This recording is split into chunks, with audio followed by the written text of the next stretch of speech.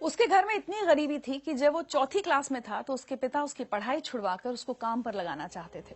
Teacher के समझाने पर जैसे तैसे पढ़ाई तो बच गई, लेकिन जिंदगी आसान नहीं हुई।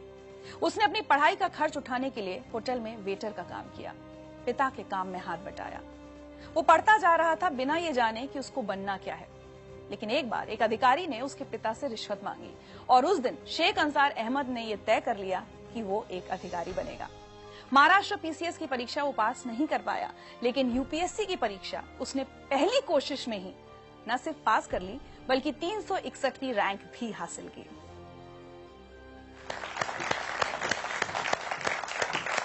शेख अंसार, वेलकम टू जिंदगी लाइव। अंसार, बहुत बहुत बहुत स्वागत है आपका जिंदगी लाइव में। मुझे बहुत अच्छा लग रहा है इतने यंग ऑफिसर को अपने सामने देखकर। चाहूंगी कि आप सबको बताएं कि किस उम्र में आपने यूपीएससी की परीक्षा क्लियर की है। मैं 21 साल का था तब मेरा रिजल्ट आया था। 21 साल की उम्र में मैंने एग्जाम क्लियर की थी। And you been one of the youngest? जी। वाह।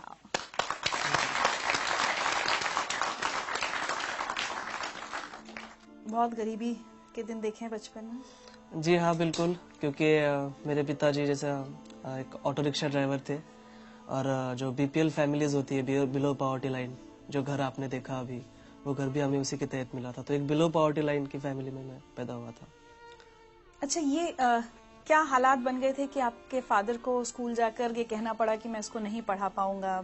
मेरे पिताजी को किसी ने बताया कि इसको पढ़ा के कौन सी नौकरी लगनी है, सरकारी नौकरियां नहीं है और हमारी कम्युनिटी के लोगों को नौकरियां नहीं मिलती, कोई नौकरी नहीं देता, तो उससे इसको पढ़ा के कोई मतलब नहीं है, आप इसी किसी काम को लगा दीजिए, घर में 2 पैसे आ जाएंगे।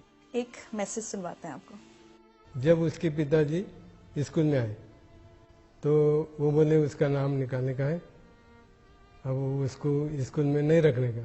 फिर मैंने बोला क्या करेंगे फिर उसका, वो क्या करेगा? तो उसको कुछ तो भी काम धंधा दे के काम करेगा। तो मैंने बोला ये अच्छा नहीं, और वो जहाँ तक पढ़ना चाहे उसको पढ़ने। इन्हीं की वजह से एक्चुअली मैं आज यहाँ तक पहुँचा हूँ। अगर ये मेरे पिताजी को नहीं बताते तो शायद मैं कहीं रिक्शा चला रहा होता। आपकी अम्मी भी खेत में मजदूरी करती थी घर का खर्च चलाने के लिए? जी हाँ, बिल्कुल। घर का खर्च, और मैं जब पुणे में पढ़ाई कर रहा था तो मेरा भाई भी मुझे पैसे भेज दिया करता था, लेकिन पैसे कभी कभी कम पड़ जाते थे। तो मेरी अम्मी खेत में काम करती थी, लैंड लेबर, तो वो भी उसकी जो कुछ सेविंग होती थी वो मुझे भेज देती थी। चलिए आपके लिए एक और मैसेज। आंसर ने पहले पास से रात का भी चिराग लगा के पढ़ाई करता गया। सो जा बोले होंगे तो नहीं तुम सो जाओ, दिन कभी कभी दिन निकल जाना उसको। जो पहले पास से पहली से एक नंबर 1 आते गया तो आखिर तक नंबर 1 ही आया उसका। उसकी पढ़ाई को हमने कोई कमी नहीं आने दी, घर के परिस्थिति बताई नहीं हमने उसको कभी।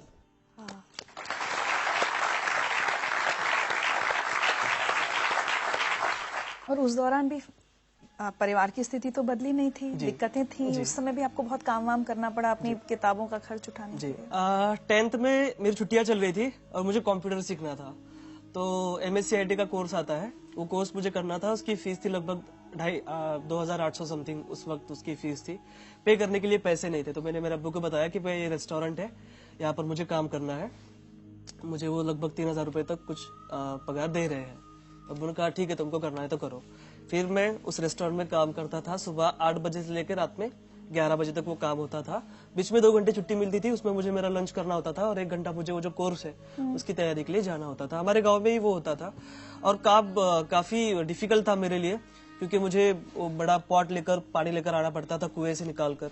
फिर उसके बाद जो कस्टमर्स आएंगे उनको चाय सर्व करना, उनका टेबल वगैरह साफ कर देना, ये सब इस तरह का काम एक वेटर का काम था। और उसके बाद जब 10 बजे होटल बंद हो जाता था, गांव में 10 बजे जनरली हमारे बंद हो जाता था, तो 1 घंटा मुझे जो फर्श वगैरह होता था वो सब साफ करना होता था बैठ के हाथ से।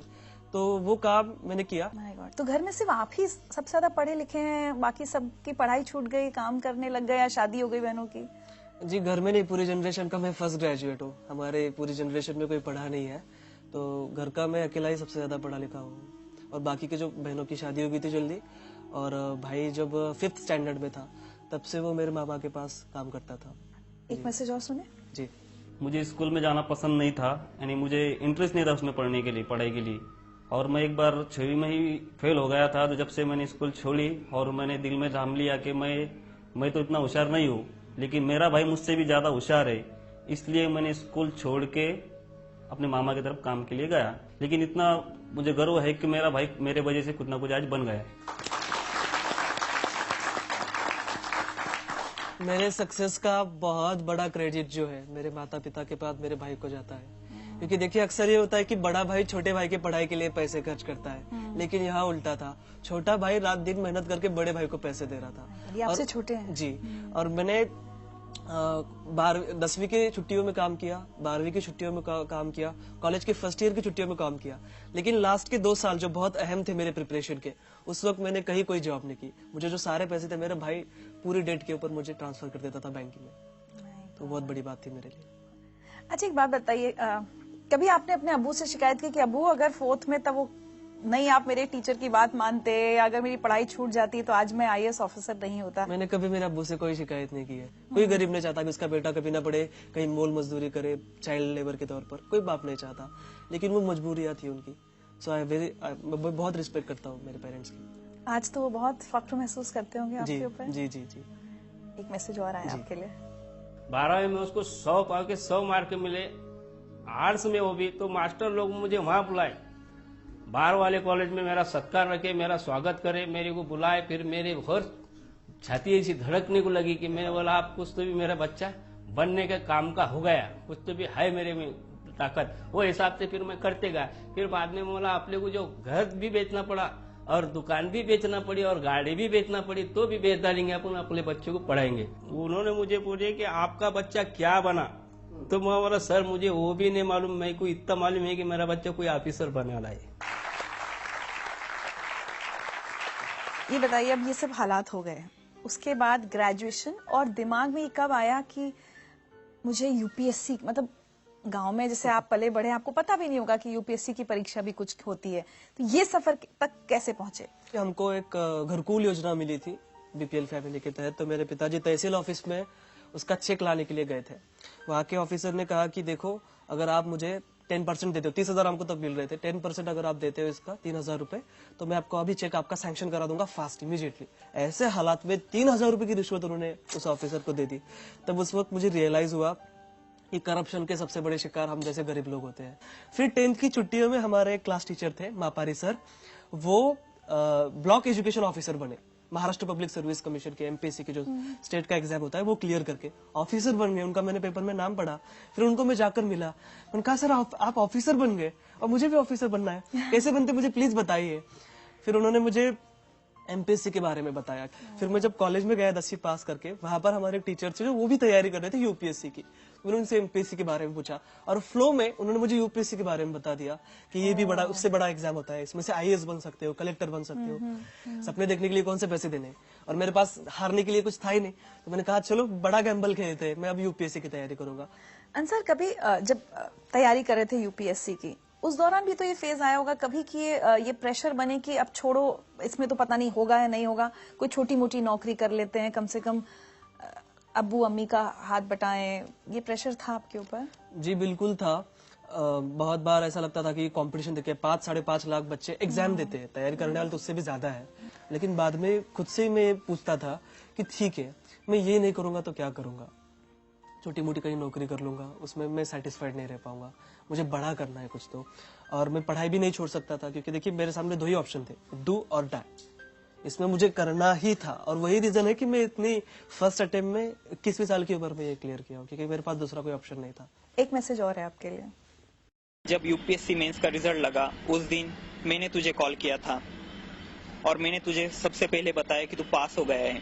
उस शाम हम मिले भी थे, तू बहुत खुश और इमोशनल था, मैं भी वो खुशी जाहिर कर रहा था, पर उस इतने बड़े दिन भी तेरे पास खाने के लिए पैसे नहीं थे। हम दोनों ने हमारे घर पे ही खाना खाया था। मेरे लिए यह बहुत बड़ी बात नहीं है कि मैंने तुझे खाना खिलाया, पर मेरे लिए यह अवसर था कि मैंने इतने कम उम्र वाले एक IAS ऑफिसर के साथ खाना खाया।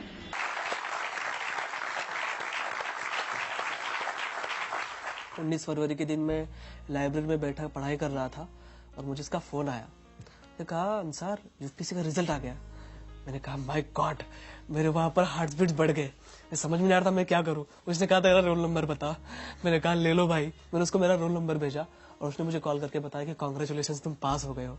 मैं आपको बता नहीं सकता कि वो खुशी क्या थी, मुझे ऐसा लग रहा था कि मैं 7वें आसमान पर हूँ, मेरे पैर जमीन पर ही थे, लेकिन मैं बहुत ज्यादा खुश था। उस दिन शिव जयंती थी, पूना में नगाड़े बज रहे थे और मुझे ऐसा लग रहा था कि मेरे जीत के लिए बज रहे हैं। शिव जयंती के दिन मुझे ऐसा लग रहा था कि मुझे गिफ्ट मिल गया हो कोई। मैं बहुत खुश था। मैं मेरे दोस्तों के पास गया, हमने सेलिब्रेट किया। अब डिसाइड किया कि चलो बाहर खाने के लिए चलते हैं। अब जनरली देखिए, एक रूल तो ये है कि जो कुछ जीतता है उसको ही खिलाना पड़ता है, उसको ही बिल पे करना पड़ता है। लेकिन मेरे फ्रेंड्स को पता था कि बंदे के पास पैसे नहीं है, तो उन्होंने कहा कि यार छोड़ो यार, बाहर क्यों जाना, रूम पर ही खा लेते। तो हमने उसके रूम पर ही खाना खाया था।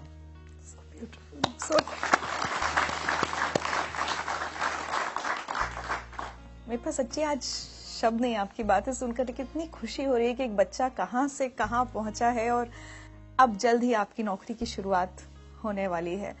आपको लगता है अंसार, आप जहां से आए हैं, आपका जो बैकग्राउंड है, क्या वो आपको एक अलग ऑफिसर बनाएंगी? मैं ये सोचता हूँ कि मेरे लाइफ में मैंने जो फेस किया है वो किसी और को फेस ना करना पड़े।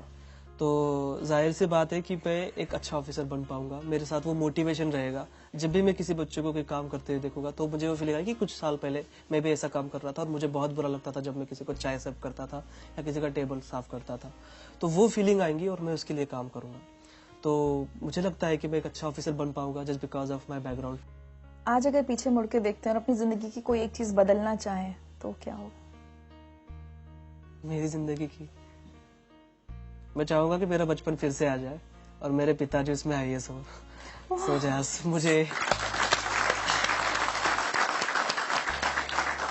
तो जब मुझे कोई यूनिफॉर्म ना मिला हो या कोई किताब ना मिली हो तो वो मुझे मिल जाए। कोई एक मैसेज जो आप सब लोगों को, और सिर्फ जो यहाँ बैठे हैं वो नहीं, जो बहुत सारे लोग टेलीविजन पर आपको देख रहे हैं और उसमें से बहुत सारे IAS की तैयारी कर रहे होंगे, उनको क्या मैसेज देना चाहेंगे?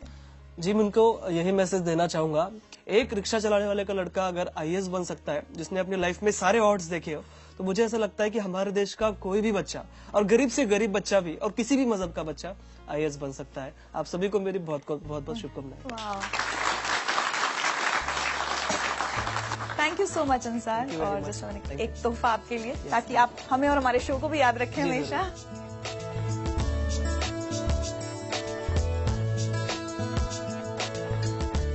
Oh my God.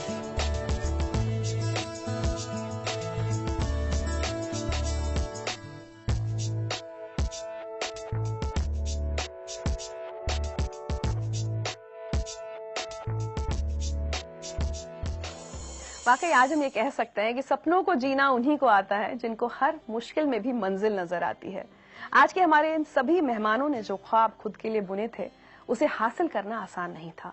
बार बार गिरने के बाद ये संभले, और आज इन सभी की कहानियां लाखों लोगों के लिए एक प्रेरणा है, खासकर उन लोगों के लिए जो सपने देखने से नहीं कतराते, जो मुश्किलों का डट कर सामना करते हैं, जिनके ख्वाबों के आड़े गरीबी नहीं आती, जो किस्मत बदलना और मजबूरियों को हराना जानते हैं। और हाँ, अगर आप इन जैसे किसी होनहार बच्चे को जानते हैं ना, तो उसकी मदद जरूर कीजिएगा, उसका सपना पूरा करने में भागीदार जरूर बनिएगा, अच्छा लगेगा।